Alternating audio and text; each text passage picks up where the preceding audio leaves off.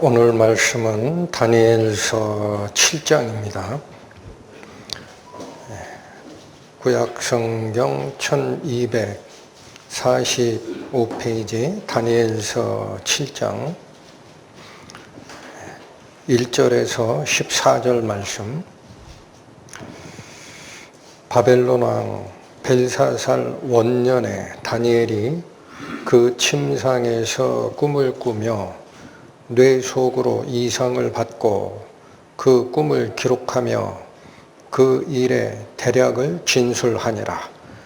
다니엘이 진술하여 가로되 내가 밤에 이상을 보았는데 하늘에 네 바람이 큰 바다로 몰려 불더니 큰 짐승 넷이 바다에서 나왔는데 그 모양이 각각 다르니 첫째는 사자와 같은데 독수리의 날개가 있더니 내가 볼 사이에 그 날개가 뽑혔고 또 땅에서 들려서 사람처럼 두 발로 서게 함을 입었으며 또 사람의 마음을 받았으며 다른 짐승 곧 둘째는 곰과 같은데 그것이 몸 한편을 들었고 그 입의 잇사이에는 새 갈빗대가 물렸는데 그에게 말하는 자가 있어 이르기를 일어나서 많은 고기를 먹으라 하였으며 그 후에 내가 본즉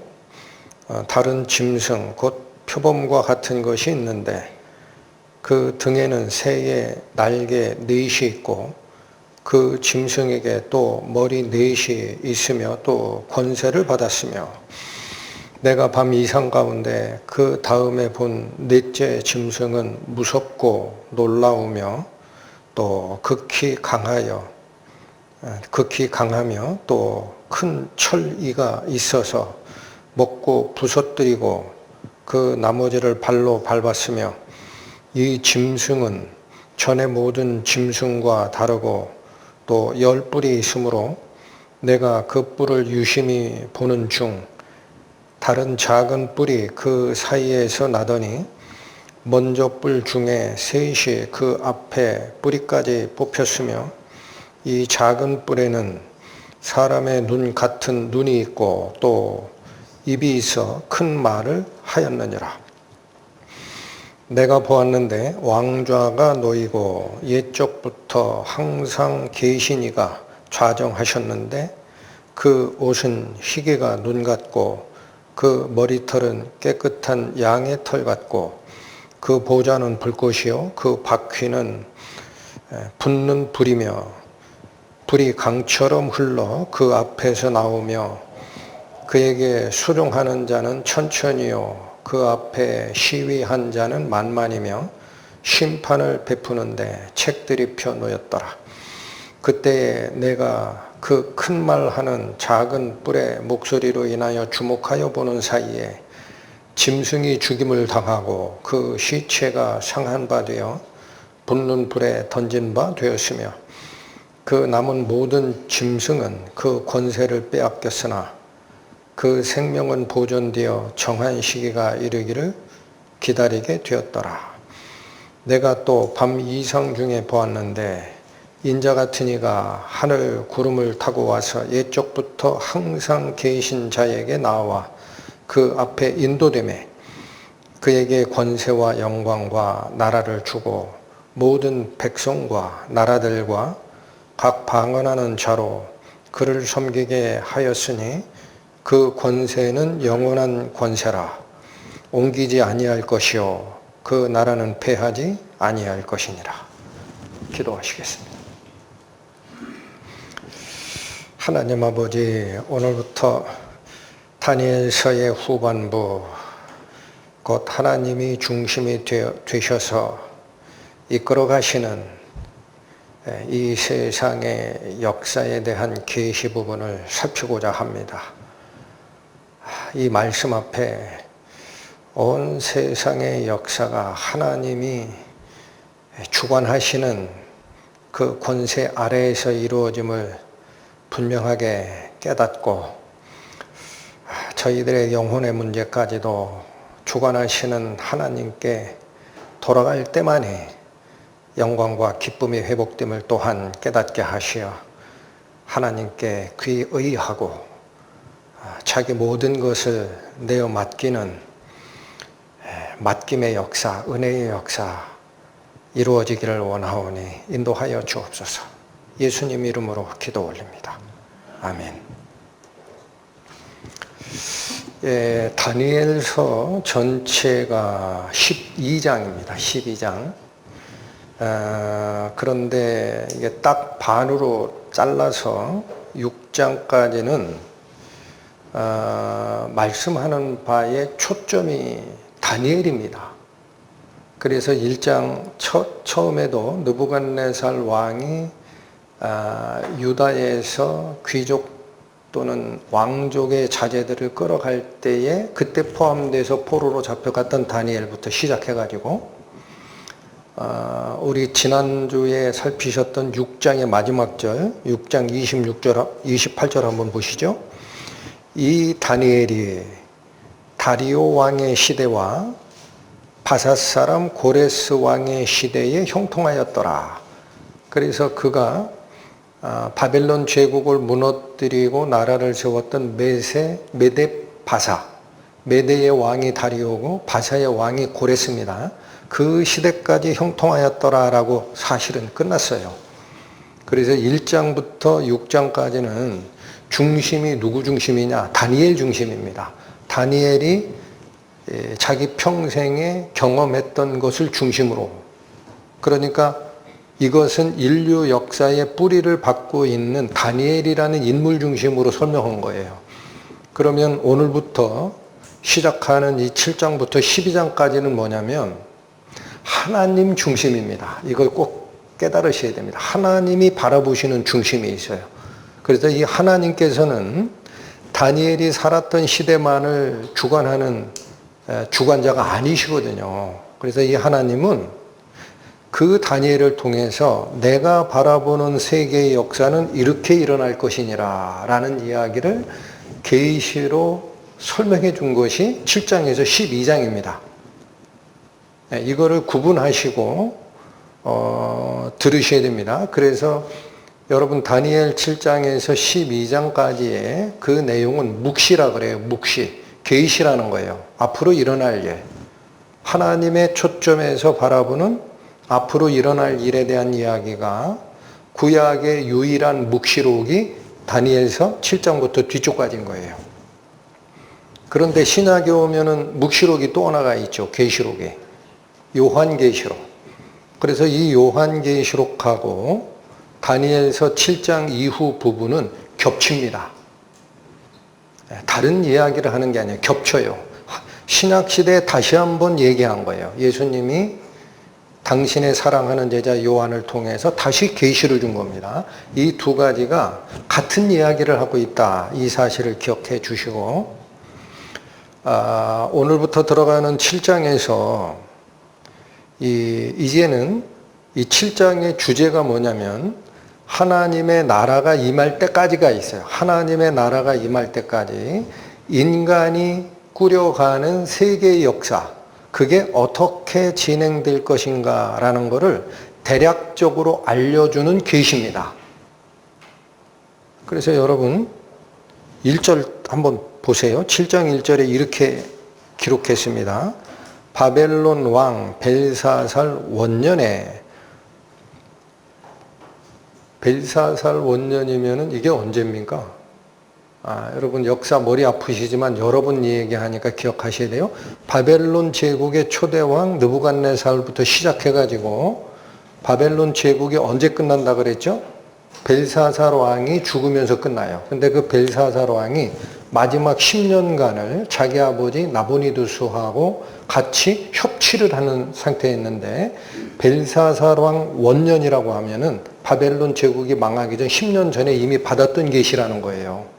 그러니까 이거는 다니엘의 살아간 역사가 중심이 되는 게 아니라 이제는 다니엘이 언제 받았던 계시인지는 중요치 않아요. 시간은. 하나님이 이제부터 정리해 줄게 그 뜻입니다.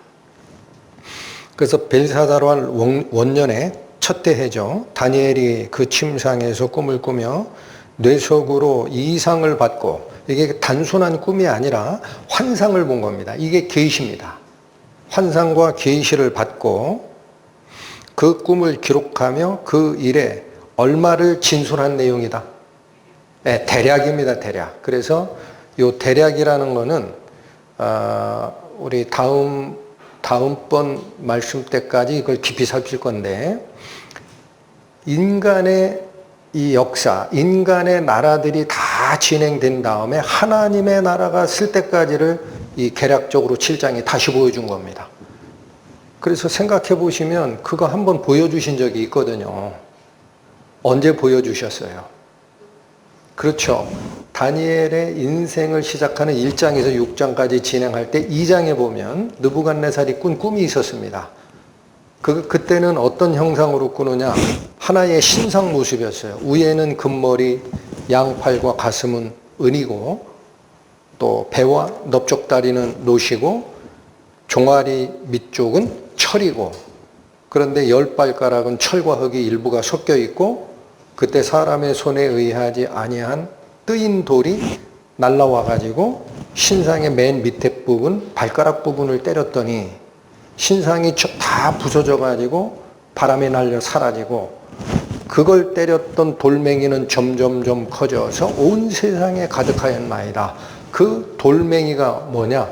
살아있는 돌, 리빙 스톤, 예수 그리스도라는 얘기. 그게 한번 설명이 됐잖아요. 이게 7장이 그걸 다시 하나님께서 꿈을 꾸게 한 거예요. 누구에게? 이제는 다니엘을 통해서 하나님이 앞으로 일어날 계시를 다 보여주겠다라는 거니까 느부갓네살 꿈 얘기하는 거 아니에요. 다니엘한테 직접 다시 꾸게 했어요. 재밌는 거는 이겁니다. 느부갓네살에게 꿀 때는 우상 형태로 표현했잖아요. 그리고 하나예요. 근데 나눠져 있었어요. 머리와 가슴과 배와 종아리. 이게 나눠졌어요. 4제국으로 나눠졌습니다. 참고하시죠. 머리가 무슨 제국이라 그랬어요? 바벨론, 신바벨론 제국. 밑에 은으로 된 거는 메데파사. 배와 넓적다리가 노시다라는 거, 이건 뭐다? 헬라. 그 밑에 종아리와 철로 된 이것은 로마. 기억하시죠? 그 똑같은 얘기예요, 지금. 그런데 표현 방식이 바뀌었다라는 겁니다.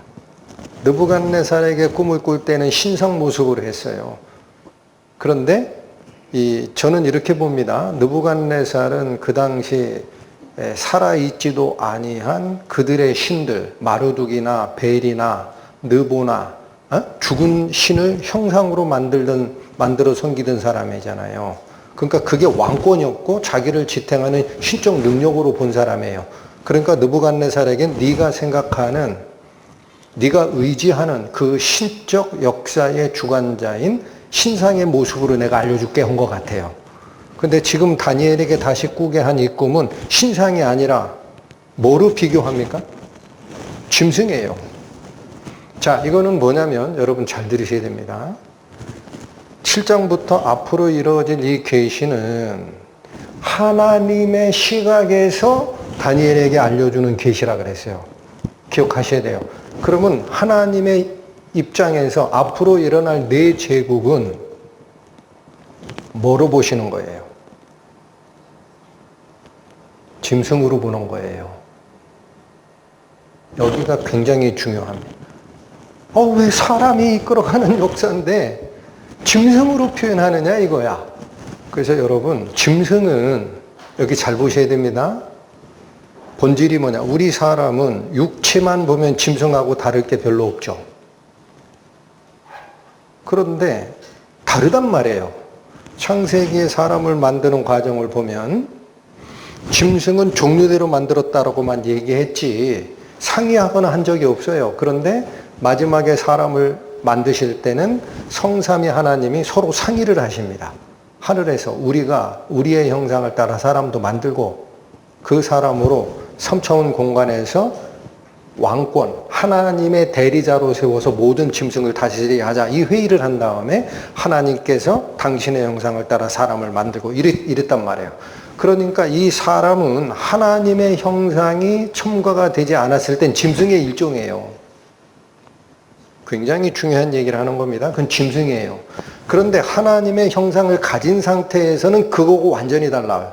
그러면 하나님의 형상이 회복된 상태에서는 어느 종류냐? 짐승의 종류가 아니라 신의 종류라고. 할렐루야. 그래서 여기 하나님의 입장에서 인간이 만들어가는 역사를 왜 짐승으로 비교했느냐?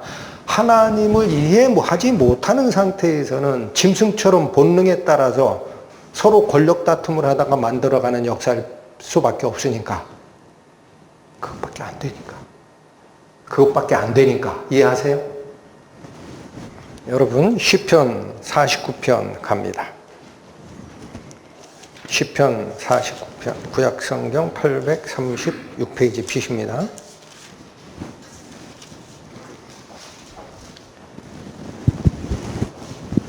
시편 49편의 맨 끝에 말씀, 이 복음의 핵심이에요. 존귀에 처하나 깨닫지 못하는 사람은, 자, 누가 이 말씀의 주체가 돼요? 사람이에요. 근데 그 사람이 존귀에 처하다. 지위는 하나님이 존귀한 지위로 세팅을 시켜주셨다라는 거예요. 존귀한 지위로. 그런데 깨닫지 못해요. 자기가 어떤 위치에 있는지를 깨닫지 못하고 살아가면 그 사람은 뭐하고 똑같다 그래요? 왜? 그러니까 하나님이 주신 영생에 대해서 죽고 난 다음에 이 영혼이 하나님 앞에 가는 문제에 대해서 깨닫지 못하고 그냥 자기가 몸담고 있는 이 세상이 다인 줄 알고 살면 짐승하고 뭐가 다르냐라는 거예요. 짐승은 그렇게 살거든요. 배고프면 먹을 거 쫓아다녀요. 그죠? 짐승도 내가 먹을 음식인데 남이 하면은 싸워요. 죽기 살기로 싸워요. 배부르면 잠자요. 시간 되면 배설해. 그거나 인간이 꾸려가는 탐욕의 역사나 뭐가 다르냐라는 거예요. 뭐를 몰랐을 때 그렇다. 하나님께서 우리에게 심어주신 영적 생명의 가치를 잃어버린 상태에서는 뭐랑 똑같아? 여러분, 신약성경 다시 갑니다. 유다서 봅니다. 유다서 신약성경 맨 끝에서 두 번째 성경입니다. 397페이지 보시죠.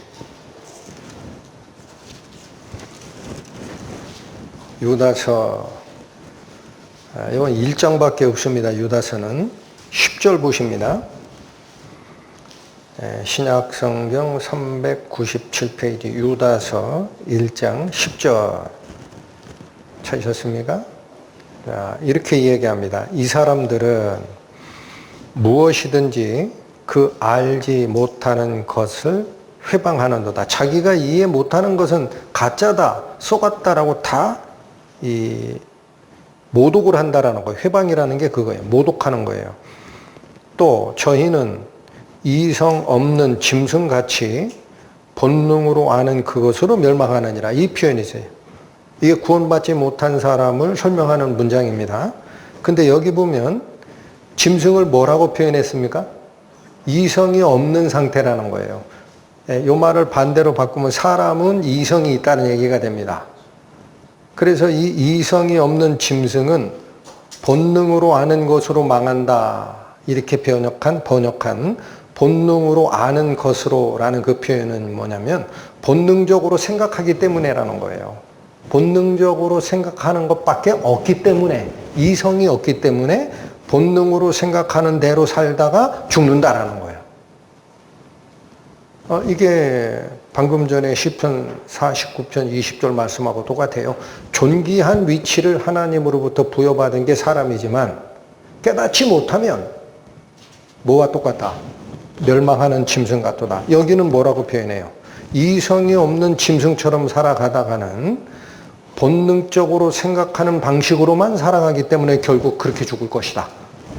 네, 여기 하나.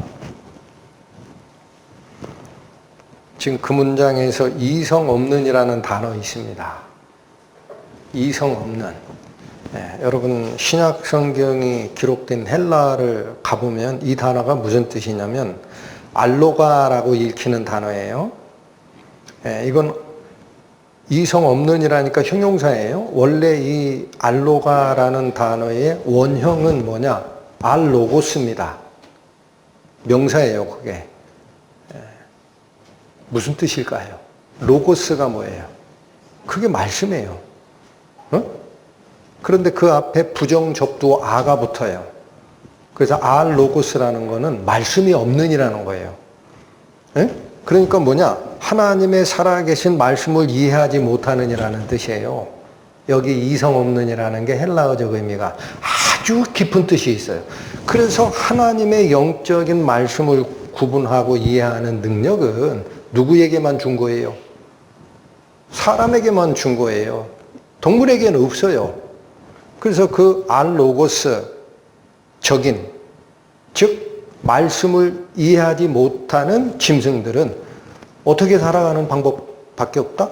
본능적으로 생각하고 그렇게 살아가는 방법밖에 없다. 그래서 이게 더 정확하게 표현된 것이 유다서 19절입니다. 네, 여기 10절하고 19절을 표시하셨다가 나중에 대비해서 보세요. 19절은 이렇게 표현합니다. 이 사람들은, 자, 똑같죠? 10절도 이 사람들이죠. 이게 구원받지 못한 사람들이에요. 이 사람들은 당을 짓는 자며, 자기가 원하는 사람끼리 똘똘 뭉칩니다. 그 다음, 육에 속한 자며, 뭐는 없는 자니라? 그러면 무슨 말이에요? 성경이, 요한복음이 얘기하는 게 말씀이 육신이 되어 우리 가운데 거하신 게 예수님이요. 너희가 성령으로 거듭나지 아니하면 하나님 나라는 못 들어간다고 얘기하면서 뭐라고 그랬냐? 내가 너희에게 이른 이 말이 영이요 생명이라.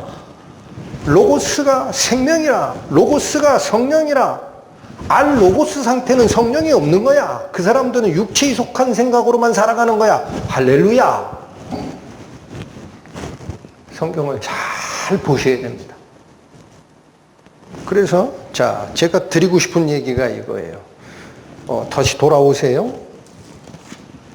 다니엘서 7장에 앞으로 일어날 인간적 역사, 나라들이 다 끝나면 하나님의 나라가 온다라는 똑같은 메시지인데 느부갓네살에게는 신상의 개념으로 보여주셨다면 왜 다니엘에게 다시 계시를 보여줄 때는 짐승 모습으로 보여주느냐? 하나님의 시각에서는 하나님을 알지 못하는 인간들은 짐승과 똑같다라는 거예요. 그래서 그들이 쟁투하고 권력을 잡고 세상을 다스리고 했던 그 큼직큼직한 나라들은 하나님의 뜻과 관계없이 자기 욕망을 따라 육체적인 생각에 기반해서 정권을 만들고 나아가는 짐승의 나라다라는 거예요. 이해되셨습니까? 자, 그래서 1절 다시 갑니다. 바벨론 왕 벨사살 원년에 다니엘이 그 침상에서 꿈을 꾸며 뇌 속으로 이상을 받고, 자, 요 이상이 환상과 계시를 나타내는 바로 그 단어입니다. 받고 그 꿈을 기록하며 그 일의 대략을 진술하니라. 그래서 앞으로 일어날 인간 역사의 대략적 진술이 7장에 기록된 것이다 라는 뜻이고, 2절 갑니다. 다니엘이 진술하여 가로되 내가 밤에 이상을 보았는데, 자, 이 꿈을 꿨다라는 얘기를 안 하고 환상 봤다고 하죠. 그러니까 이건 하나님의 직접적 계시가 꿈과 같이 결합돼서 다니엘에게 보여주는 겁니다. 이상을 보았는데 하늘에 네 바람이 큰 바다로 몰아 불었다라는 거예요. 이게 다 상징인데, 네 바람이라는 것은 사방에서부터 불어온다라는 뜻이고, 큰 바람이 바다로 불었다라는 얘기는 사방에서 불어오는 소용돌이 바람을 상징합니다. 이런 것들은 일종의 정치적인 세력의 움직임으로 봐도 돼요. 근데 그게 어디로 분다라고 돼 있어요? 큰 바다. 그래서 이 큰 바다라는 거는 성경이 얘기하는 바는 세상입니다. 여러분, 그래서 계시록에도 적그리스도를 상징하는 짐승이 어디서 나온다고 표현해요? 바다로부터 짐승이 올라온다고 그러죠. 그래서 하늘의 네 바람이 큰 바다로 몰려 불었다라는 것은 사방에서 불어오는 정치적 소용돌이가 이 세상에 혼재되고 있는 모습인데 3절 보시면 큰 짐승 넷이 바다에서 나왔다라고 합니다. 그러니까 이거는 뭐냐? 바다라는 이 세상을 뜻한다고 그랬어요. 이 세상에 등장할 앞으로의 네 개의 나라들을 얘기하는 거예요. 짐승인데 왜 나라입니까? 그렇게 해석을 해 주셨거든. 23절 가보세요. 23절. 네, 여러분 이 15절 이후는 다니엘이 이거를 해석을 못 해내요. 계시기 때문에. 이것도 신기해요. 느부갓네살이 꿨던 꿈은 해석을 해내. 그런데 다니엘 자신에게 주는 하나님의 계시는 인간적으로 해석하면 안 되는 것 같아. 해석이 안 돼. 그러니까 이게 무슨 뜻입니까? 라고 물었더니 하늘에서 이걸 해석해 주는 천사가 알려줍니다. 그때 천사가 하신 말이 23절에 나와요. 모신 자가, 하나님 옆에 모시고 계신 천사를 얘기합니다. 모신 자가 이처럼 이르되 넷째 짐승은 곧 땅의 몇 번째 나라다. 그러니까 짐승이 뭐를 표현한다라는 거예요? 나라예요. 엉뚱하게 해석하지 못하도록 하나님이 이미 필요한 것은 굵직굵직하게 말뚝을 박아놓습니다. 이건 내 나라다. 그래서 다시 오십니다. 3절 큰 짐승 넷이 바다에서 나왔다라는 이 이야기는 이 세상에 등장할 앞으로의 굵직굵직한 네 개의 제국들을 얘기한다. 근데 그 모양이 어때요? 달라요. 4절 갑니다. 첫째 짐승이 나옵니다. 첫째는 뭐와 같아요? 이거 사자라고 얘기를 안 합니다. 이런 모습의 사자는 없거든. 조금 이따 보여드릴 거예요. 사자와 같이 생겼어요. 그리고 독수리에 뭐가 있어요? 날개가 있습니다. 아니 이런 거는 하나님이 만드신 짐승 중에는 없거든. 그 하나님은 이 짐승의 모습으로 첫 번째 나라를 보여주는 겁니다. 그래서 이거는 시각적으로 한번 보시는 게 좋을 것 같아요. 자, 요거는 말씀드렸듯이 다니엘서 2장에 느부갓네살의 꿈을 통해서 알려줬던 앞으로 일어날 일입니다. 기억하시죠? 저기 사람의 손에 의하지 아니하고 날라온 돌이 신상의 제일 밑에 부분, 10발가락 부분을 때려서 신상이 다 부서져 가지고 날아가고 저 돌이 점점 커져서 온 세상에 가득하였다. 이게 하나님의 나라가 올 것이다 라는 뜻이었다. 그런데 이 꿈이 다니엘의 입장에서는 첫 번째 짐승을 이렇게 표현하더란 얘기예요.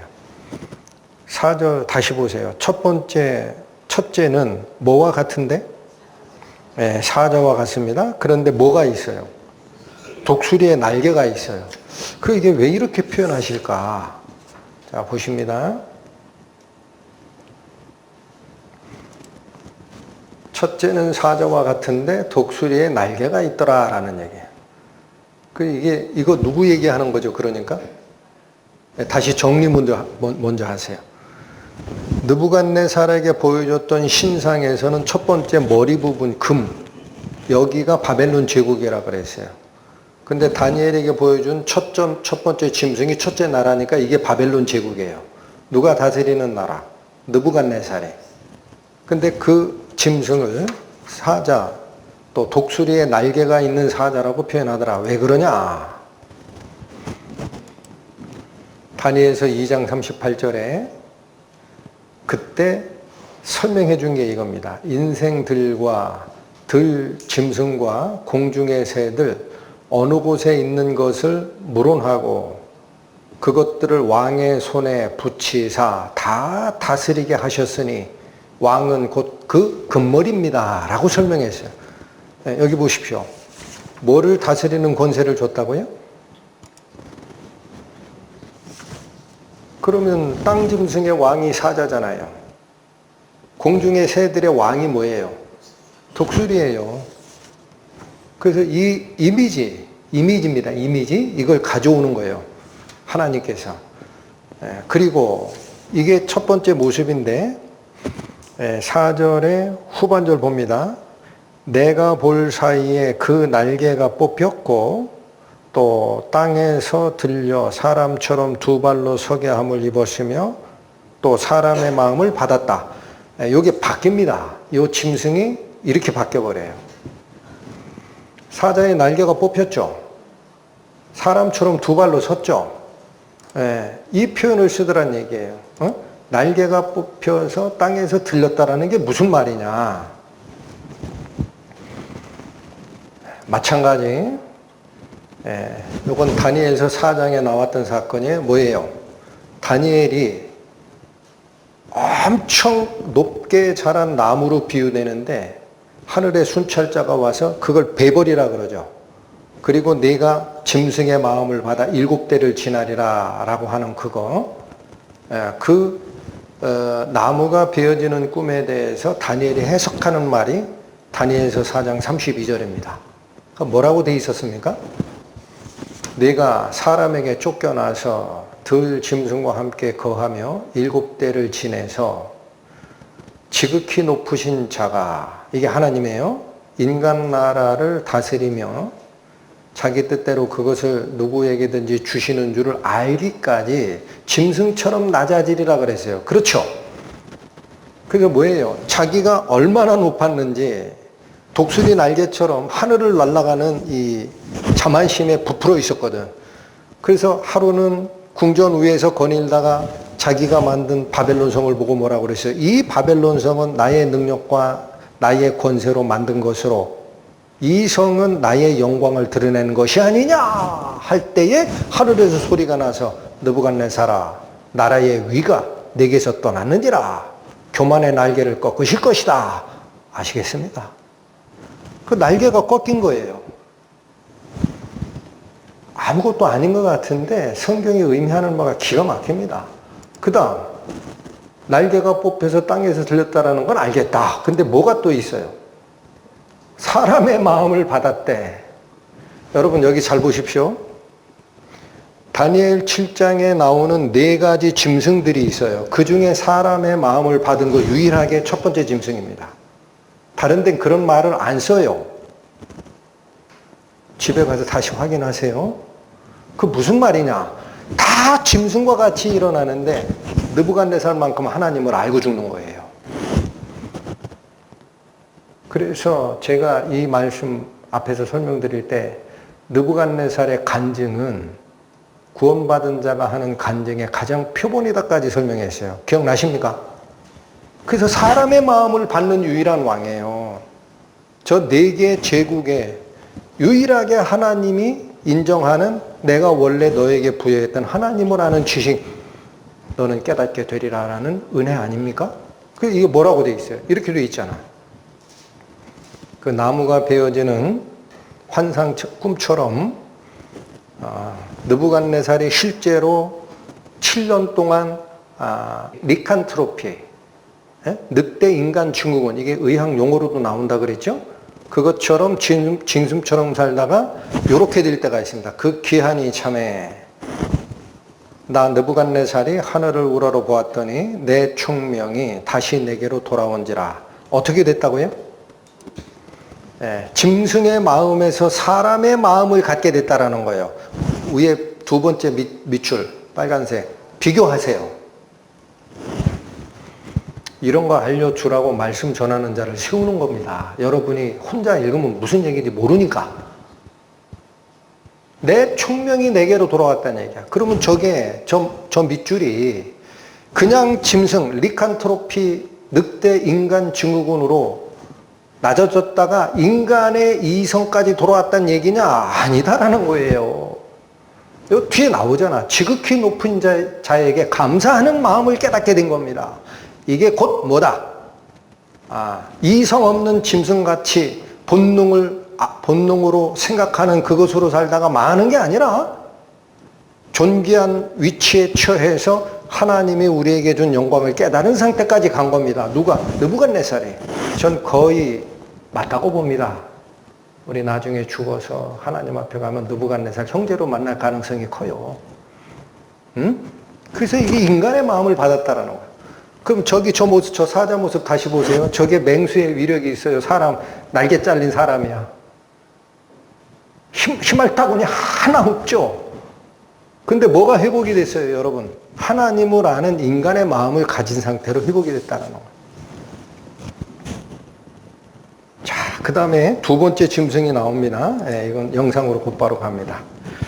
다니엘서 7장 5절 보시면 다른 짐승 곧 둘째는 곰과 같은데, 이것도 곰이라고 안 합니다. 곰과 같은데 그것이 몸 한편을 들었다라고 되어 있어요.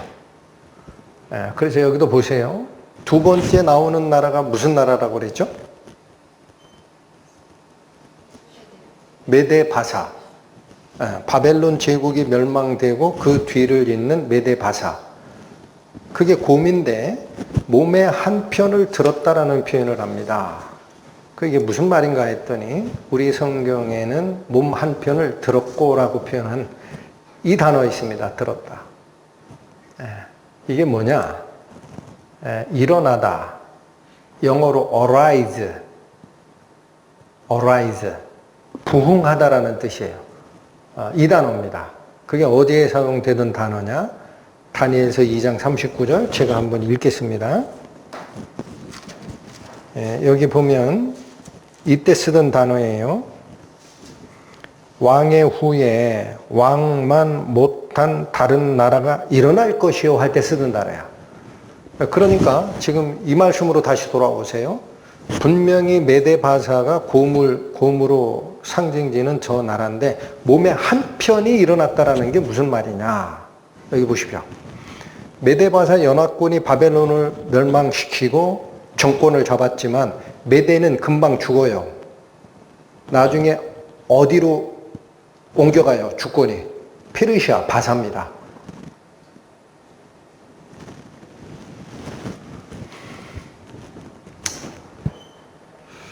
기억이 안 나시더라도 기억을 해주세요.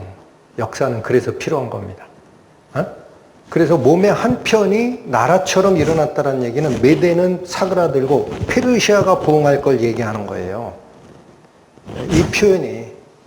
그 다음에 또 하나의 표현이 이렇게 돼 있어요. 입에 새 갈빗대를 물었다라는 거예요. 그림이 그렇게 돼 있죠. 저게 뭐냐 이거야. 그다음 이걸로 끝나지도 않아요. 그 말씀 세 번째 줄에 보면은 화면의 세 번째, 그에게 말하는 자가 있어 이르기를 일어나 많은 고기를 먹어라. 갈빗대 3개를 먹고 끝낸다. 앞으로 더 먹는다. 이게 무슨 말이냐.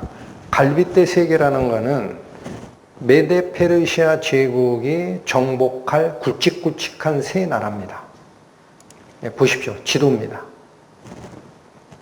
그 연초록으로 표현된 메데 바사 지도 보이시죠? 이 나라가 주변국 세 강대국을 어떻게 점령하느냐. 첫 번째, 주전 547년에 리디아라는 나라. 저게 현재 터키입니다. 터키. 저거를 점령을 먼저 해요. 그 다음 바벨론을 539년에 우리가 아는 벨사살 왕 죽는 그때에 점령을 합니다. 세 번째는 이집트 점령한 게 525년이에요. 여러분 이거 잘 모르시는 분 오해할까봐 주전으로 표현된 BC는 연도수가 클수록 과거예요. 547년에 리디아 정복하고 바벨론 정복 때 539년이라는 거는 거기서 8년 후에 바벨론 정복한 거예요. 거기서 이집트 정복하는 거는 525년이면 그 후로 한 14년 지나서 이집트 정복했죠. 자, 무슨 얘기냐. 다니엘이 이 계시를 받을 때는 이게 미래 사건이에요. 자, 이집트 정복하는 거는 잘 모른다고. 그런데 이런 얘기를, 잠깐만요. 이거. 곰을 이루고 있는 메데와 페르시아 이 연합 왕국 중에 한 편이 부흥하여 일어난다. 그리고 이빨 사이에 갈빗대 3개를 물렸고 앞으로도 더 먹을 거다. 그래서 저게 얘기하는 게 또 그대로 일어난 것이 이렇게 일어난 거다라는 거예요. 자, 이거 왜 제가 그림으로 지도로 설명드리느냐. 여러분 이 계시를 다니엘 7장부터는 계시라고 그랬어요. 계시를 과거주의 방식으로 해석하는 성경학자들이 있어요. 지나간 일이다라는 거예요. 지나간 일. 무슨 앞으로 일어날 일이야. 그러니까 저는 성경 주석가들 중에 이런 계시를 과거주의 방식이라고 합니다. 역사주의 방식, 지나간 일의 방식으로 자꾸 해석해내는 그 사람은 성령 안 받은 사람 같아요. 왜 그 생각이 그렇게 자꾸 꽂히냐면은, 아니 성경은 사람이 쓴 건데 어떻게 끝날 때까지 예언해. 나는 거기까지는 신적 능력 인정 못해. 이런 거야. 심각한 거예요. 그래서 말씀을 기억할 때 잘 보셔야 돼요. 미래주의입니다. 여러분 언제까지 지금 예언해요? 7장도. 하나님의 나라가 임할 때까지라는 거야. 근데 다니엘 시절에 있었던 일이라는 거예요, 저게. 그러니까 해석이 되나?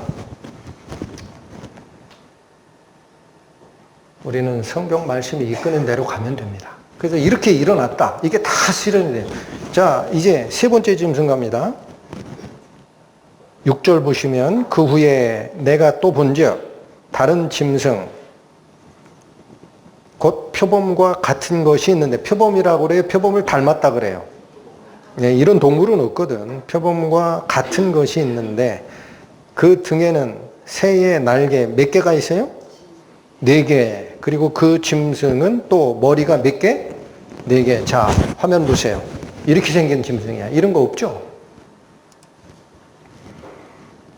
이 짐승이 여러분 표범 같다라는 표현은 무슨 뜻이냐면, 표범은 굉장히 빠릅니다. 동작이 엄청 빠른 짐승이에요. 사자나 호랑이보다는 파워가 약하지만 표범은 치명적이에요. 숨어 있다가 탁 튀어나가 가지고 꼼짝도 못하게 잡습니다. 그런데 뭐도 있다. 새의 날개가 4시 있다 그러면 더 빨라진 거죠. 그렇지 않아요? 표범처럼 기민하고 재빠른 이 짐승의 속성에 날개까지 달았으니 얼마나 빨라요. 그래서 여러분 이건 나중에 그때 대해서 다시 설명을 드리는데, 바로 요 표범하고 관련된 이 짐승이 다니엘에게 다시 하나님이 계시를 줍니다. 그게 8장에 나오는 계시예요. 한 번 또 받아요. 근데 거기 가면 뭐라고 하느냐, 수염소로 표현돼.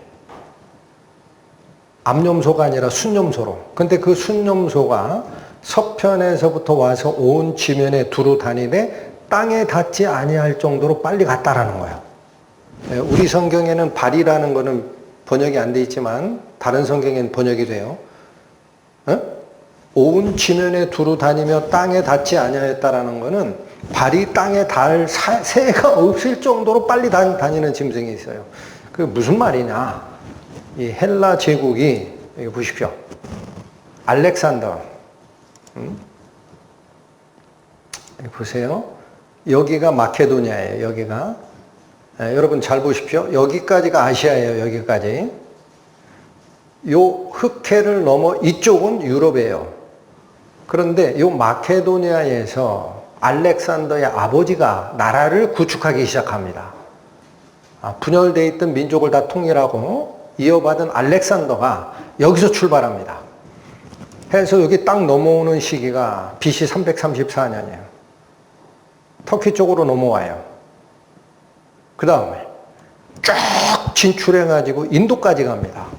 그게 325년에 거기까지 도착해. 몇 년 걸렸어요?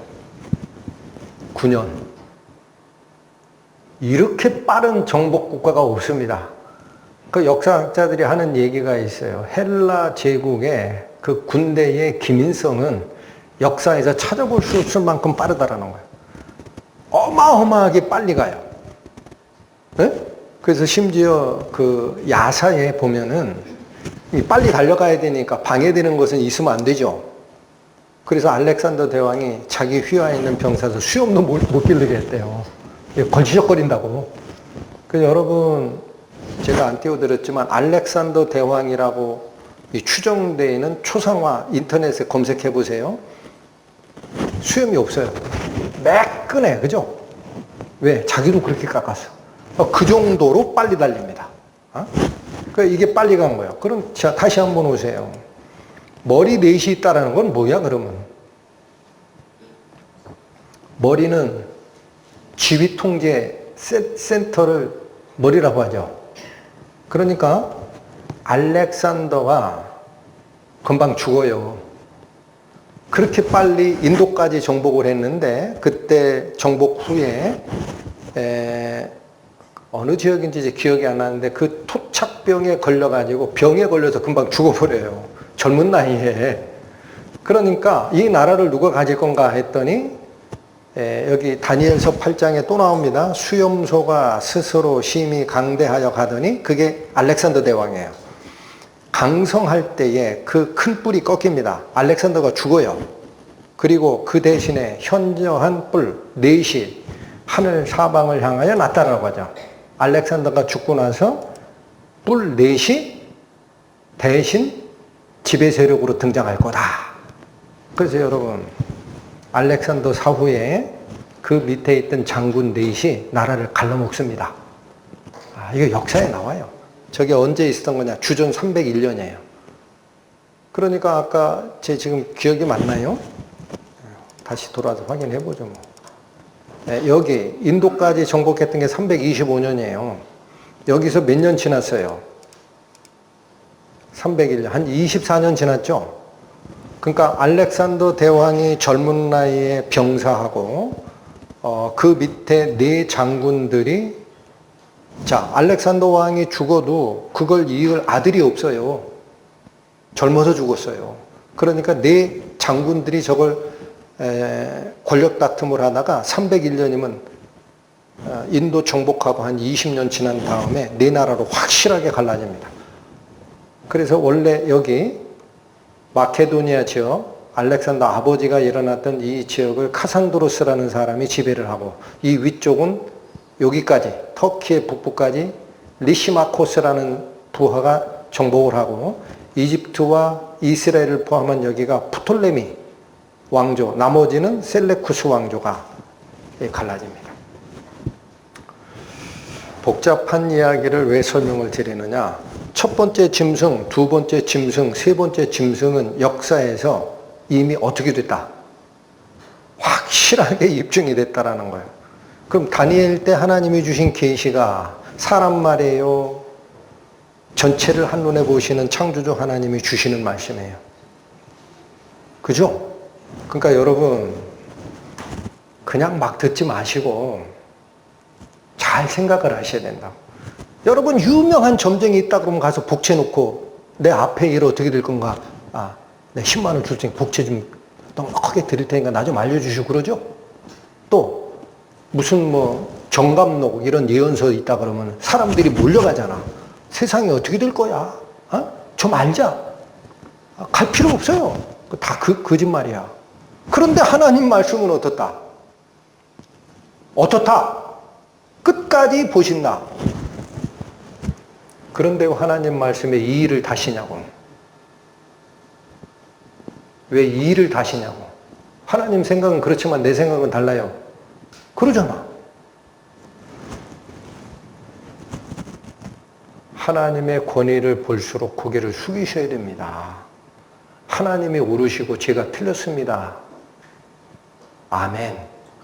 그렇게 하셔야 됩니다. 자, 네 번째 짐승 나옵니다. 7절에 내가 밤 이상 가운데 그 다음에 본 넷째 짐승은 무섭고 놀라우며 또 극히 강하며 또 큰 철이가 있어. 이빨이 철로 돼 있어요. 먹고 부서뜨리고 그 나머지를 발로 밟았으며 이 짐승은 전의 모든 짐승과 다르고 또 10뿔이 있다라고 얘기합니다. 말씀 거기다 적어놨어요. 핵심만. 이런 짐승은 지상에 없습니다. 맞죠? 지금 저 짐승의 모습이 뿔이 10개예요. 사람이 못 보던 짐승이야. 근데 이게 여러분 요 짐승을 끝으로 인간의 나라는 끝나요. 그래서 이 부분에 대한 해석이 다음 주는 우리 수련회고 그 다음 주에 말씀 전할 때 설명드릴 건데 요 짐승이 계시록하고 딱 연결이 됩니다. 요 짐승이. 그리고 그거는 이것 때문에 다니엘이 고민하고 다리에 힘 빠지고 그래서 모셔선 사자, 그게 가브리엘 천사라고 표현하는데 이 뜻을 나에게 알려주시오라고 계속 요청을 해요. 그래서 8장에 또 나오고 9장에 또 나오고 10장에 또 나오고 계속 나옵니다. 이 마지막 나라가 무슨 뜻인지 다니엘이 제일 궁금해했어요. 못 보던 짐승이거든. 감히 대적하기 힘든 짐승이에요. 첫째 모습이 이래요. 근데 8절에 가니까 이게 바뀝니다. 내가 그 뿔을 유심히 보는 중 다른 작은 뿔이 그 사이에 납니다. 여러분 저 10개 뿔 중에 작은 뿔, 이게 새로 나오는 뿔이에요. 그게 이 10뿔 중에 하나가 나는데 나서 어떻게 되느냐. 먼저 뿔 중 셋이 그 앞에서 뿌리까지 뽑힙니다. 신기하죠? 이게 앞으로 일어날 적그리스도입니다. 마음속에 기억만 하세요. 요한계시록에 그렇게 되어 있어요. 그 작은 뿔이 적그리스도야. 그 작은 뿔이 먼저 있던 새 뿔을 뽑아내고 다시 나는데 또 희한한 모습이 나와요. 뿌리까지 뽑혔으면 이 작은 뿔에는 사람의 눈 같은 눈이 있고 또 입이 있습니다. 그래서 그 입으로 큰 말을 합니다. 이건 과장된 말, 하나님을 대적하는 말을 합니다. 이렇게 바뀝니다. 보세요. 이렇게.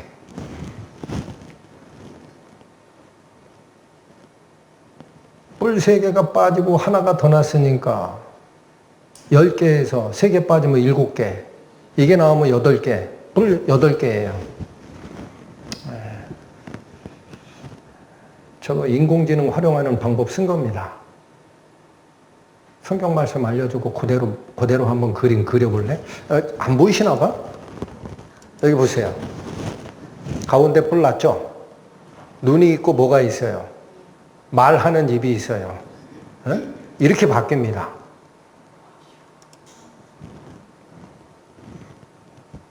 이 부분에 대해서는 우리 시대 마지막에 있을 적그리스도의 왕국이니까 다음번 말씀을 기대하시고 요거에 대한 해석이 7장 뒤편에 전체를 장식합니다. 문제는 이 4 짐승이 다 나왔어요, 이제.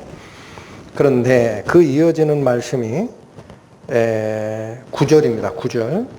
내가 보았는데 왕좌가 놓이고, 자, 인간 나라를 다스리던 왕이 아닙니다, 이제. 왕이 앉는 자리, 왕좌가 놓이고 옛적부터 항상 계신 이가 좌정합니다. 그러니까 이게 짐승이에요? 짐승이 아니에요, 이제는. 짐승 아니에요. 옛적부터 항상 계신 이라는 건 뭐예요? 영원 전부터 영원 후까지 살아계신 하나님이 거기 자리한다라는 거예요. 좌정하시는데 그 옷은 희기가 눈 같고 그 머리털은 깨끗한 양의 털 같고 보좌는 불꽃이요 그 바퀴는 불붙는 불이다. 여러분 그림으로. 인공지능한테 그리라 그랬더니 이렇게 그래요. 이렇게 바뀐 그림이 표현이 안 될 것 같아요. 왜냐면 9절이 그거거든. 왕좌가 놓이고 그 왕좌에 옛적부터 항상 계신 하나님이 좌정하셨다. 앉으셨는데 옷은 희기가 눈 같아요. 옷 색깔 보세요. 그죠? 머리털은 깨끗한 양털 같아. 그것도 흰색이야. 보좌는 불꽃이야. 그 바퀴도 붙는 불이야. 그러니까 인공지능이 이렇게밖에 못 그리지. 네? 그런데 얘가 10절 불이 강처럼 흘러 그 앞에서 나오며 그에게 수종하는 자는 천천히요 그 앞에 시위하는 자는 만만이다라는 거예요. 그러니까 이 보좌 하나가 여러분 잘 보세요. 앞에 있던 4 짐승은 짐승만 강조한다고. 근데 이 앞으로 오실 하나님의 나라는 혼자 있는 게 아니라 그 옆에 모셔 쓰고 그 옆에 이 섬기는 그 자가 천천히요 만만해요. 혼자 이루어 가시는 나라예요? 하나님을 따르는 백성들이 이루는 나라입니까? 그래서 성도들이 나라를 얻는다라는 표현을 씁니다. 나중에. 누구 능력으로? 하나님 능력으로. 요거 그림으로 표시한 겁니다. 그래서 얘가 요대로 표시된 게 이겁니다. 다시 읽습니다. 내가 보았는데 왕좌가 놓이고 예적부터 항상 계시니 즉 살아계신 영원한 존재 하나님이 좌정하셨는데 그 옷은 희기가 눈 같고 그 머리털은 깨끗한 양의 털 같고 그 보좌는 불꽃이요 그 바퀴는 붙는 불이며 불이 강처럼 흘러 그 앞에서 나오며 그에게 수종하는 자는 천천히요 그 앞에 시위한 자는 만만이며 셀 수 없는 사람들이 같이 참여합니다. 근데 중요한 거는 이 모습이 무슨 모습이라는 거예요. 심판의 모습이에요. 네, 여러분 보세요. 여기 책이 펴 있죠. 이게 무슨 모습이다? 맨 마지막 줄 심판을 베푸는 모습인데 뭐가 펴 있더라? 네, 이게 요한계시록에 나오는 흰 보좌의 심판 모습하고 같아요. 그러니까 이 모습을 먼저 보여주시고 라는 겁니다. 순서를 잘 보셔야 돼요.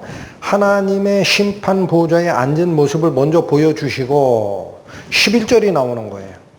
11절 그때에 내가 그 큰 말 하는 작은 뿔에 목소리를 내어 주목하여 보는 사이에 이 다니엘이 보기에 뿌리 하나가 작은 뿌리 하나가 자라나더니 눈이 있고 입이 생기더니 입에서 말을 하거든. 그러니까 저놈 신기하다. 아니 어떻게 뿔에서 입이 생겨서 말을 하지? 저게 무슨 뜻이지? 그래서 그거를 깊이 있게 주목하여 보는 사이에 짐승이 죽임을 당하고 그 시체가 상한 바 되어 붙는 불에 던진 바 되더란 얘기예요. 다시 보세요. 요 일이 있은 다음에 바로 이 짐승이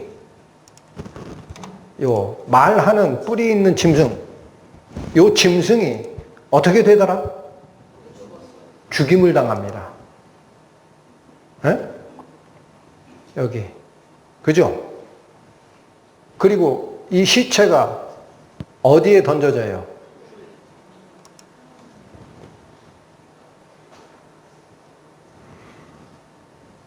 여러분 이게 요한계시록의 마지막에 나오는 최후의 심판 때 사탄이 들어갈 꺼지지 않은 불이에요. 거기에 누구도 들어간다고 하세요. 그곳에 짐승과 거짓 선지자로 같이 던진 바 되더라. 할렐루야. 그대로 일어납니다. 그 다음 12절 그 남은 모든 짐승은 그 권세를 빼앗겼다라는 거예요. 그러니까 이 마지막 짐승이 죽었는데 그 앞에 나오는 새 짐승이 있어요. 사자, 날개 달린 사자로 표현됐던 바벨론, 그 뒤에 한편 몸을 일으켰던 곰 메데파사, 그 다음에 표범처럼 빠르게 정복 활동을 했던 헬라 제국도 같이 권세를 뺏겼다라는 게 무슨 말이냐? 인간이 엮어왔던 제국은 인간의 통치 역사는 이제는 다시는 없다라는 거예요. 요 일이 일어나는 그 뒤는 다 하나님의 나라예요. 그래서 그 모든 짐승이 다 권세를 뺏겼다라는 거예요. 13절 내가 또 밤 이상 중에 보았는데 그 뒤에 다시 계시가 또 나옵니다. 인자 같은 이가 누구라고 표현해요? 사람처럼 생긴 이에요. 자, 여기 잘 보세요. 지금까지 과거부터 항상 살아계시니 하나님의 보좌를 설명하기 전에 그 이전에 일어났던 인류의 역사, 네 가지 제국으로 표현하는 이 역사는 짐승의 역사입니다. 그런데 이 나라를 이어받을 자가 하나님이 심판대에 계시고 저 짐승이 불꽃에 던져진 뒤에 이제 통치자로 누가 오느냐? 사람처럼 생긴 분이 온다라는 거예요. 사람처럼 생긴 분, 이게 누구예요? 예수 그리스도예요.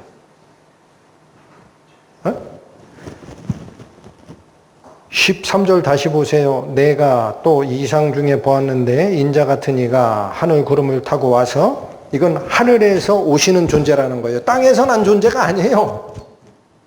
예수 그리스도는 땅의 후손이 아니라고. 사람의 후손이 아니고 구름을 타고 오신다라는 건 하늘에 속한 자예요. 그래서 이 재림하는 모습이고, 옛적부터 항상 계신 자에게 나와 그 앞에 인도됩니다. 하나님의 보좌 앞으로 예수 그리스도께서 인도함을 받아 14절 그에게 권세와 영광과 나라를 주고, 자, 누가 통치의 권세를 다 가져가요? 다시 오실 예수께서 그에게 권세와 영광과 나라를 주고 모든 백성과 나라들과 각 방언하는 자로 그를 섬기게 하였으니, 그 권세는 어떤 권세야? 영원한 권세라. 옮기지 아니할 것이요 그 나라는 패하지 아니할 것이라. 그래서 마지막 그림이 이렇게 되는 겁니다. 저 자리, 아까 하나님이 앉아 계셨던 그 자리, 그게 통치자의 자리인데, 저 자리에 구름 타고 누가 와서 앉으신다. 사람처럼 생기신 분, 인자가. 말씀이 이렇게 돼 있었어요. 내가 또 밤 이상 중에 보았는데 인자 같은 이가 하늘 구름을 타고 와서 옛적부터 항상 계신 자에게 나와 그 앞에 인도되매. 어떠냐? 그에게 권세와 영광과 나라를 주고 모든 백성과 나라들과 각 방언하는 자로 그를 섬기게 하였으니, 그 권세는 영원한 권세라. 옮기지 아니할 것이요 그 나라는 패하지 아니할 것이니라. 이 나라, 그리스도의 나라가 옴으로써 7장에 다니엘에게 보여준 계시가 끝납니다. 슬라이드는 여기서 끝내겠습니다. 자, 여기 이제 성경으로 돌아오십시오.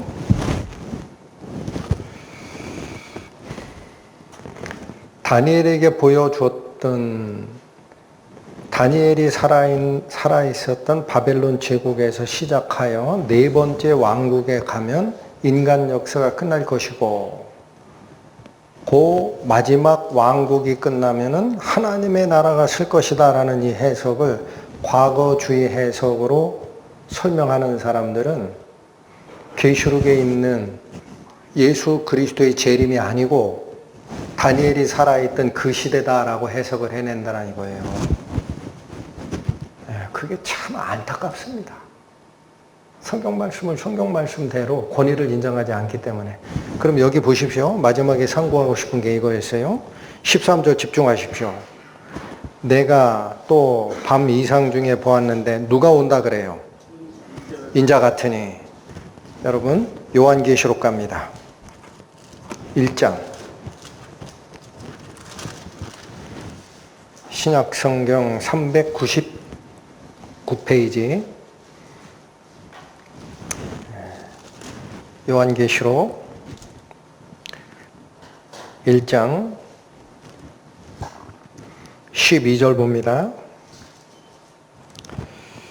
몸을 돌이켜 나더러 말한 음성을 알아보려고 하여 돌이킬 때, 자, 사도 요한이 무슨 소리가 들린 거예요. 그래서 이게 어느 분이 말씀하시는지 하고 그 사람에게 돌아서 몸을 딱 돌이킬 때에 보는 모습이에요. 7금 촛대를 봅니다. 또 촛대 사이에 누가 있어요? 읽어주세요. 여러분, 성경 말씀은 성경 말씀을 가져오는 겁니다. 다니엘에게 얘기했던 7장의 인자 같은 이가 요한계시록에 또 나온단 말이에요. 인자 같은 이 아시겠어요? 성경 말씀 한자도 바꾸지 못하게 해놨어요. 왜 그래요? 그렇게 해놔야 이걸 따라가 봐라는 얘기지. 구약에 뭐라고 돼 있는, 이렇게 표현된 인물이 있다. 가봐라. 인자 같은 이가 발에 끌리는 옷을 입고 가슴과 금띠를 띠고 그 머리에 털의 희기가 흰 양털 같아요. 자, 요거는 오늘 보신 다니엘서 7장에서 누구 모습이었어요? 옛적부터 항상 계시니 옷이 희고 머리털도 깨끗한 양털 같고 그 하나님을 표현할 때 쓰던 말이죠. 근데 여기는 뭐라 그래? 인자 같은 이가 오셨는데 인자 같은 이의 털이 희고, 응? 또 흰 양털 같고, 또 그 눈은 불꽃 같고 그 발은 풀무에 단련한 빛난 주석 같고, 이런 말을 합니다. 그러니까 발이라는 거는 앉아 계신 분의 밑에 쪽에서 일어나는 현상인데 그게 다 뭐예요? 불처럼 빛나고 불에 달군 주석 같다라는 건 주석 온도 한 2000도 이런 식으로 가열하면 빨개져요. 그런데 다니엘서에서는 그 무슨 표현이었어요? 옛적부터 항상 계신 이가 좌정한 보호자가 불붙는 불이고 바퀴도 불타고 있고 거기서 불의 강이 흘러나오더라라는 그 표현이에요. 이 표현이 누구에게 써지더라? 인자 같은 이에게 써지더라. 그러면 생각하십시오. 다니엘의 환상을 통해서 보아줬던 네 번째 짐승이 죽고 인자 같은 이가 쓴다고 하는 이 모습이 요한계시록 1장에 다시 나오죠. 그럼 제가 질문하고 싶은 게 이거예요. 여러분, 계시는 중요하기 때문에 사람이 자기 생각으로 풀면 안 되는데 제가 보고 있는 세계적인 주석가도 거기에 빠졌어요. 과거주의로. 그래서 다니엘이 본 환상은 다니엘 시대에 끝난다라는 거예요. 그럼 보십시오. 이 모습이, 계시록의 이 모습이 다니엘 7장의 그 모습하고 다르다고 생각하는 분. 똑같잖아. 그럼 제 질문이 이거야. 다니엘이 살았던 데는 주님 오시기 전 500년에 살았던 사람이에요. 거기서 일어난 과거주의 환상만 얘기한 거라면 지금 이 요한계시록은요. 그때부터 500 몇 년이 지나서 예수님 탄생하시고 돌아가시고 요한이 다시 계시를 받는 이 시기는 주님 탄생 후 약 90년 정도 뒤에요. 600년이 지나간 이 요한에게 보여줄 게 이게 지나갔다고 그래. 앞으로 될 일이라 그래. 에? 1절 가세요. 요한계시록 1장 1절. 예수 그리스도의 계시라. 누가 보여준 계시야? 여기서는 예수님이에요. 이는 하나님이 그에게 주사 반드시 속히 될 일을 그 종들에게 보이시려고 그 천사를 그 종 요한에게 보내어 지시하신 것이라. 어떤 일을 알려준 거다 그래요. 지나간 일을 알려준 거다. 앞으로 될 일이다. 반드시 속히 될 일, 미래. 그러니까 여러분, 세계적인 신학자가 해석을 했다고 해서 따라가면 죽어요. 쓸데없는 얘기하는 사람들이 너무 많어. 무슨 다니엘 시대에 일어날 일이라고 그래. 이 일은 다니엘서에서도 마지막 하나님의 나라가 임하기 바로 전에 제국에 대한 얘기였고, 그걸 하나님이 예수 그리스도의 통치로 바꿔주시고 나서 인간 역사는 사라진다라는 얘기를 한 거고, 요한계시록도 앞으로 일어날 일인데 요한에게 계시로 보여준 거. 이거 아직 안 일어났어요. 그러니까 우리가 꼭 기억할 게 뭡니까? 넷째 짐승. 다니엘이 못 보던 짐승. 사자도 아니요. 곰도 아니요. 표범도 아니에요. 이전에 있던 짐승과 달라. 무섭기도 하고 이빨이 철이빨이야. 그 입에 물면 다 으깨져. 이렇게 어마어마한 짐승, 뿔이 10개가 있는 이 권세를 가진 이 짐승이 마지막에 불꽃에 던져지는 이 환상은 다니엘이 살아있을 때 끝나는 환상이 아니에요. 인류의 역사가 끝날 때까지 가는 환상이다. 절대 흔들리지 마시기 바랍니다. 아시겠습니까? 자, 하나 더. 본문으로 돌아오십니다. 7장 14절. 우리는 은혜를 여기서 받아야 됩니다. 다니엘서 7장 14절. 자, 이 나라가 어떤 나라냐 이게. 그에게 권세와 영광과 나라를 주고 모든 백성과 나라들과 각 방언하는 자로 그를 섬기게 하였습니다. 그래서 그 권세는 영원한 권세라. 없어진다, 안 없어진다. 옮기지 아니할 것이요. 다른 사람에게 정권이 넘어간다, 넘어가지 않는다. 안 넘어간다. 그 나라는 폐하지 아니할 것이니라.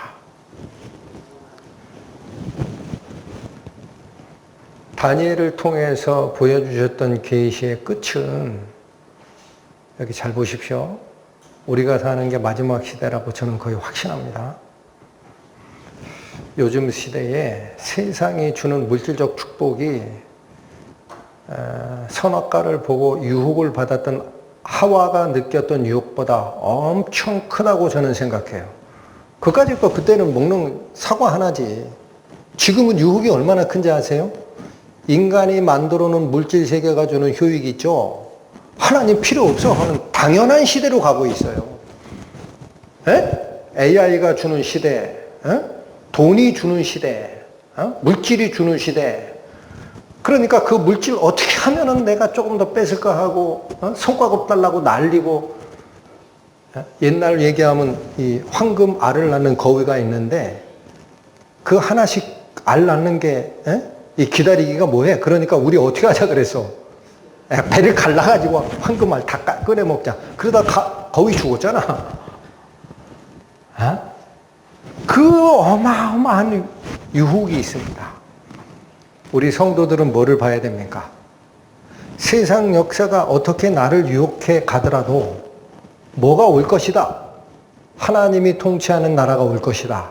그 시대에 우리가 백성으로 참여할 것이다 라는 소망이 없으면 어디에 휩쓸리게 돼 있어요?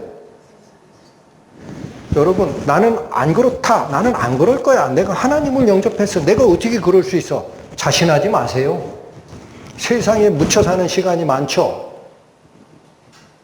지난주가 제가 말씀드렸어요. 종이는 똑같은 종인데 향을 싸면 향내가 나요.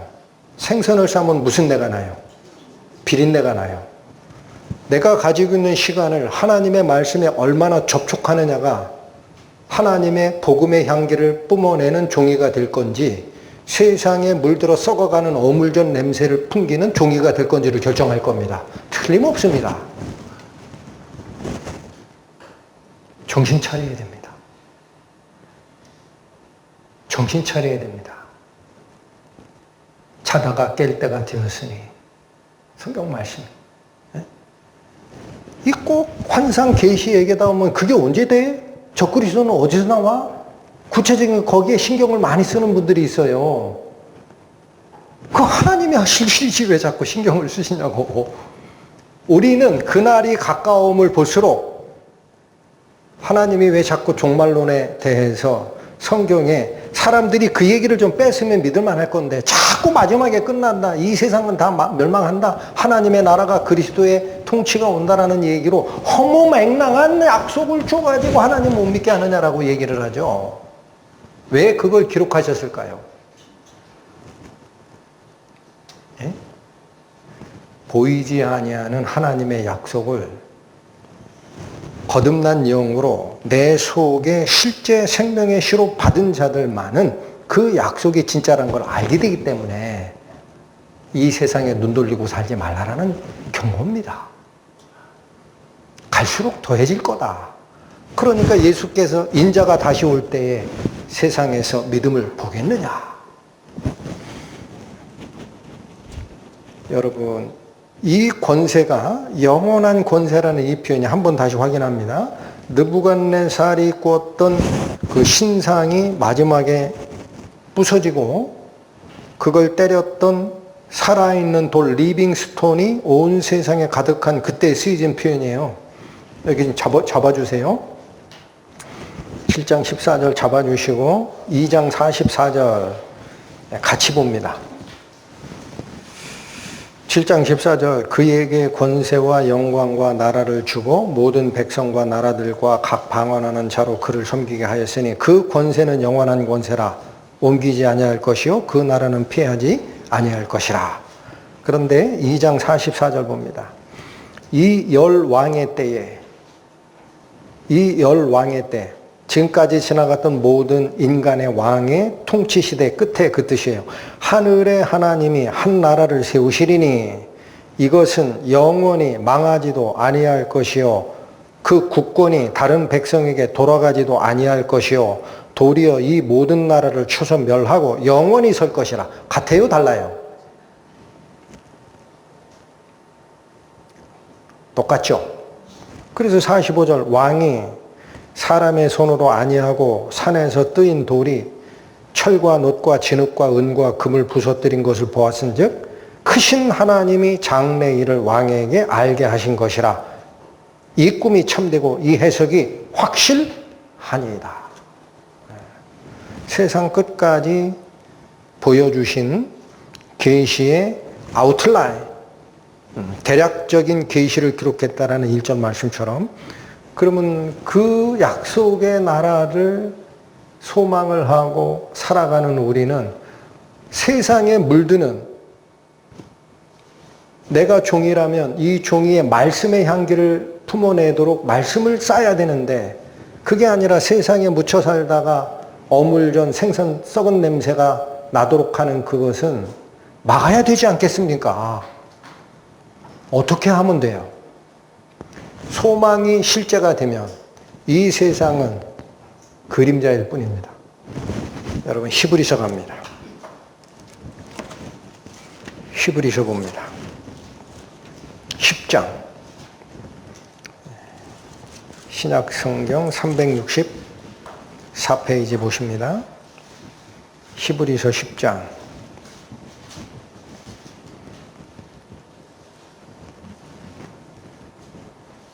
36절.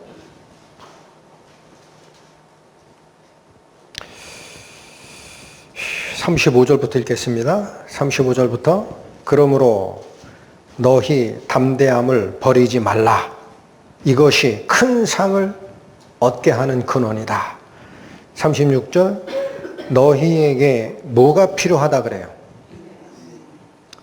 예, 여러분, 구원 받았다고 그냥 천국 간다라고 안심하고 있으라 그래요? 참으라 그래요? 여기 뭐라 그래요? 인내가 필요하다. 아, 인내하면 좋지만 없어도 괜찮아. 하나님이 약속했으니까 너 천국으로 이끌어 갈 거야. 그렇게 얘기해요. 그러니까 요한계시록에 하는 게 그거예요. 끝까지 견디는 자는 구원을 얻으리라. 어? 끝까지 견뎌라. 믿음을 버리지 말고. 이게 그 얘기예요. 너희가 인내가 필요하면 너희가 무엇을 행한 후에? 하나님의 뜻을 행할 후에. 그러니까 우리가 지상에 남아서 하나님이 주신 생명, 우리 육체적 생명을 부재하는 이유는요, 내 입에 새끼 풀칠하라고 준 게 아니에요. 조금 더 좋은 음식 먹으라고, 그래서 좋은 직장 다니고 월급도 많이 받고 집도 사고 좋은 차도 타고 그렇게 살라고 준 게 아니에요. 이 시간은 뭘 하라고 준 거예요? 하나님의 뜻을 행하라. 그러면 질문이 이렇게 나가잖아요. 하나님 믿기 힘들다. 왜 이래? 어? 하나부터 10까지 간섭이야. 하나님은. 나보고 어떡하라고?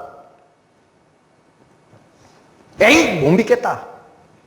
하나님하고 나발이고 세상으로 돌아갈 거 아닙니까? 자유를 준다고 했는데 자유를,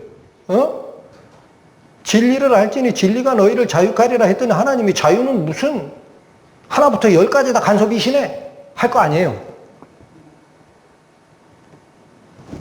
여러분, 여기서 끝나질 않아요. 너희에게 인내가 필요하면 너희가 하나님을 뜻을 행한 후에. 우리가 남아있는 생은 물론 먹고 사는 문제도 연결이 됩니다. 근데 그거는 하나님께서 이미 해주신다고 약속했어요. 무엇을 먹을까 무엇을 마실까 생각하지 마라. 그것은 이방인들이나 구하는 것이요, 하늘에 계신 너희 아버지가 이런 것이 너희에게 필요한 줄 모르는 줄 아냐. 그러므로 너희는 먼저 그의 나라와 그의 의를 구하라. 그리하면 이런 것들을 너에게 더 얹혀주시리라. 그 약속이 있잖아요. 그러니까 주된 인생의 목적은 우리 육체적 생명이 남아있을 동안 하나님의 일을 행하는 겁니다. 한 후에 무엇을 받는 거다. 그러니까 여러분, 하나님께서 약속하신 완전한 평화, 완전한 자유, 영원한 생명, 때묻지 않은 행복, 이 세상에 없는 줄 아셔야 됩니다. 약속된 나라가 오면 다 준다라는 거예요. 이 세상에 그걸 내가 쟁취하려고 자꾸 뭐를 만들려고 하지 마라. 하나님께 다 맡겨라. 완전한 행복, 때묻지 않은 행복은 그리스도의 나라가 올 때 내가 너희를 위해서 준비할 거다. 그래서 예수께서 제자들에게 한 얘기가 그거 아닙니까? 얘들아, 내가 조금 있으면 죽는다. 내가 너희를 떠나 아버지께로 갈 거야. 근데 걱정하지 마. 내가 가면 보혜사를 보내서 너희와 영원히 같이 하게 할 것이고 내 뜻을 너희가 알아먹는데 이상 없이 하게 할 것이고 내가 가는 이유는 딱 하나다. 가면 거처를 예비할 거다. 다시 올 거다. 그래서 너희를 데려다 내 있는 곳에 너희도 함께 살게 할 거야. 예수님 지금 놀고 계신 거 아니에요. 우리 시간의 표시로 어떻게 설명할지 전 모르겠습니다. 그러니까 예수께서 지금 제일 바쁘세요. 우리가 앞으로 살아갈 영원한 나라, 영적인 그 세상 완전하게 준비되면 이상 없이 이 땅에 오실 걸 믿으셔야 됩니다.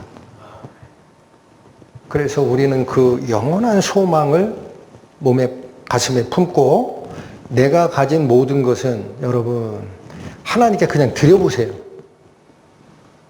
하나님 그거 받으시려고 그거 먹고 구약적으로 얘기하면 재물 잡아가지고 매일 번제드리라 하는 게 하나님이 그 짐승 피 먹고 짐승 고기 먹고 싶어서 그런 게 아니에요. 그 비유예요. 우리의 예배가 내가 가진 모든 것을 우선 하나님께 넘겨드리면 하나님이 기름과 콩팥을 받으시고 제사장에게 돌려줍니다. 그걸 뭐라고 그래요? 들거 하나님께 먼저 들어드리면 하나님 겁니다. 감사히 받겠습니다. 가져가다가 제사장이 먹는 거예요. 그런데 하나님께 거제로 드리는 거는 아예 생략을 하고 타치하지 마 하나님. 내 인생이야. 하고 자기가 먼저 뜯어먹기 시작하면 여러분 지금 성경 공부 나가는 사무엘에서 엘리 제사장의 아들들이 그 죄를 범한 거예요. 성경 공부 녹음 파일 올려드리면 보시긴 합니까? 하나님의 제사를 더럽힌 죄가 있어서 엘리의 아들 둘은 홈리와 비느하스 한 날에 죽으리라.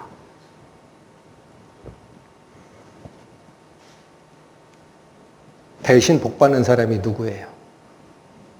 평생 아들이 없어가지고 비난받던 그 한나가 하나님 제발 저에게 아들 하나만 주시면 내 이 비난을 좀 상쇄하고 나도 회복을 하고 그리고 나서 이거 내가 안 가질게. 이 아이 하나님께 그대로 드릴게. 젖되자마자 하나님 봉사하는 그 제사장으로 드릴게. 해서 세웠던 어린 사무엘이 엘리의 아들 제사장들이 동시에 죽은 그 이후에도 언제까지 하나님의 제사장 역할을 하는 겁니까? 다윗 왕 세울 때까지 하는 거예요. 다 드린 자에게 하나님이 주시는 줄 아셔야 됩니다. 이 은혜가 실제가 되고 그렇게 되면 의무로 하는 게 아닙니다. 하나님께 감사해서 하는 거예요. 그 소망이 실제가 되고 하나님의 은혜가 눈물 나기 때문에 감사해서 정신 팔릴 때마다 다시 정신 차리고 말씀으로 돌아가고 복음을 붙들고 우리 모두 예수 그리스도께서 오실 때 잘하였다. 착하고 충성된 종아. 네가 작은 일에 충성하였으니 나의 기쁨에 동참하자 하는 그 칭찬의 말씀 듣는 성도가 되기를 축원합니다. 기도하시고 마치겠습니다. 하나님 아버지, 다니엘을 통하여 보여주셨던 네 짐승의 역사가 하나님의 나라가 임하기 전까지 전체 인류의 역사임을 오늘 다시 확인하였습니다. 이 시대를 살아가는 저희들에게 마지막 넷째 짐승, 무섭고 정복력이 충만한 그 열불을 가진 짐승에게 우리가 굴복하지 아니하고 하나님 나라를 소망하고 그 안에서 기쁨과 희망을 누리는 자 될 수 있도록 믿음도 붙돋아 주시고 헌신의 마음도 하나님께서 다시 세워주셔서 당신 찬양하는 친백성 되도록 인도하여 주옵소서. 예수님 이름으로 기도 올립니다.